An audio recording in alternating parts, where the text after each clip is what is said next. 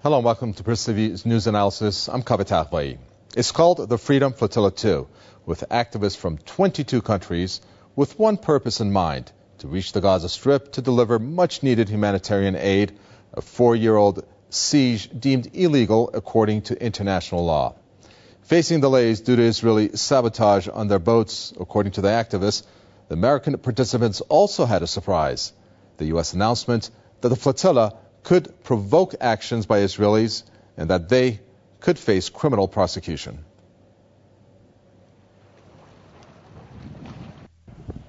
The flotilla consists of 10 ships that are carrying food, medicines and other humanitarian supplies for the besieged 1.5 million population of Gaza.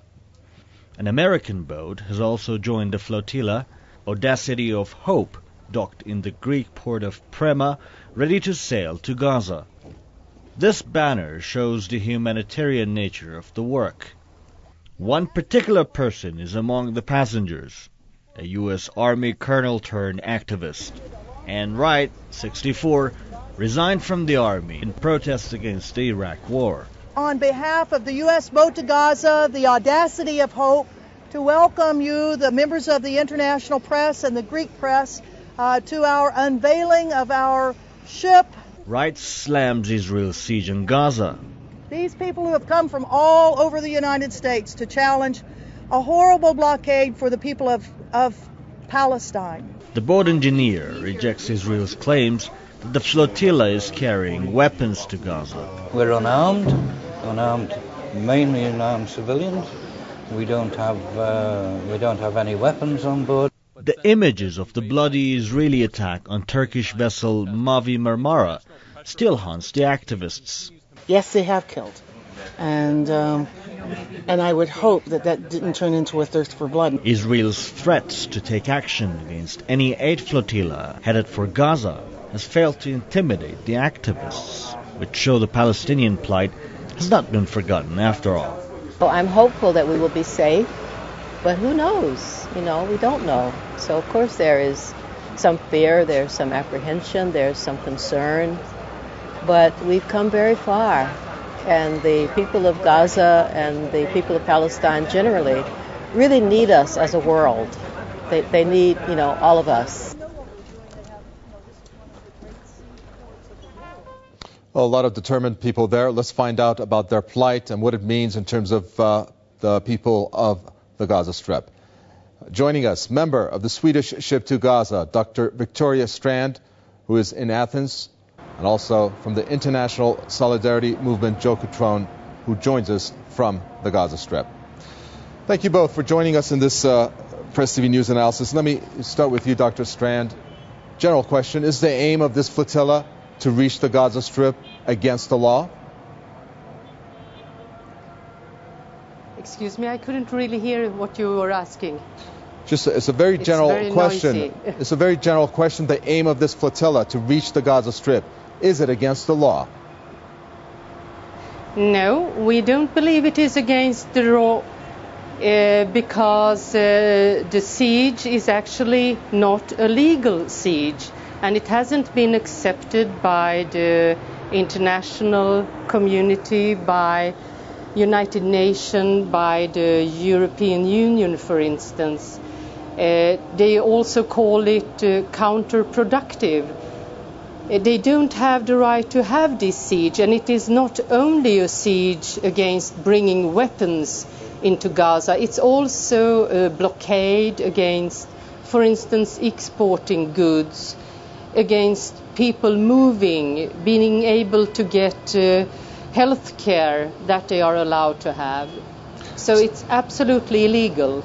So since you're in Athens, then why is it that Greece is banning all the boats from sailing, and they even intercepted the American boat after setting a sail just after a few moments off them setting sail on the waters?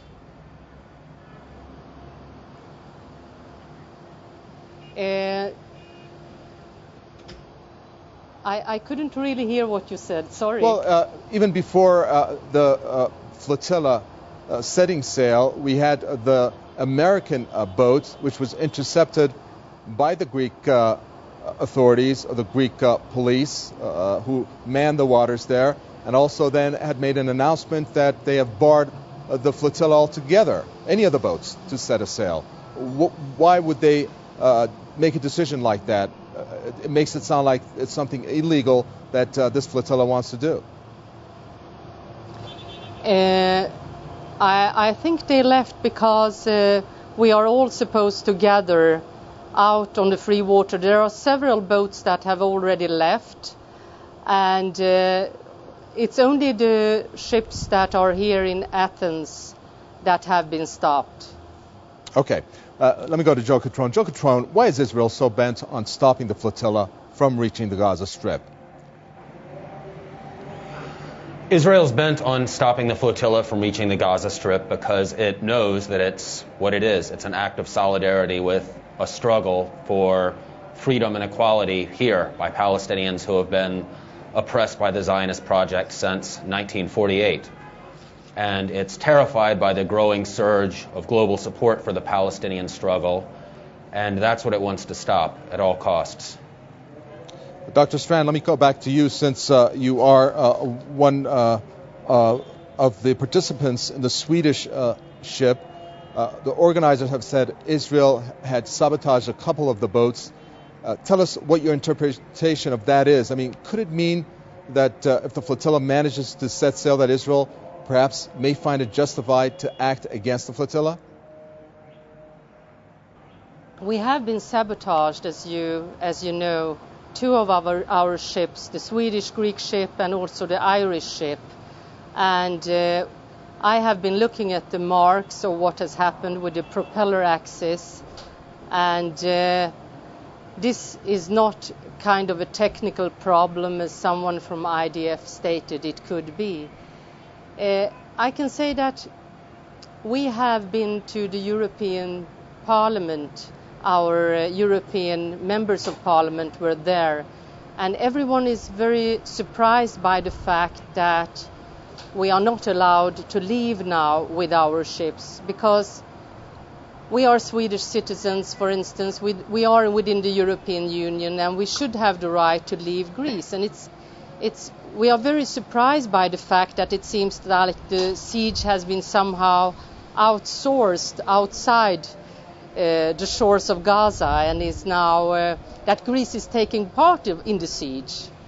That's a very interesting way of putting it, Joe Catrone, outsourced outside of the shores of Gaza. But another surprise, by some accounts, has been the reaction from the United States on this matter. And before we get a reaction from you, let's listen to what the Secretary of State, Hillary Clinton, has said.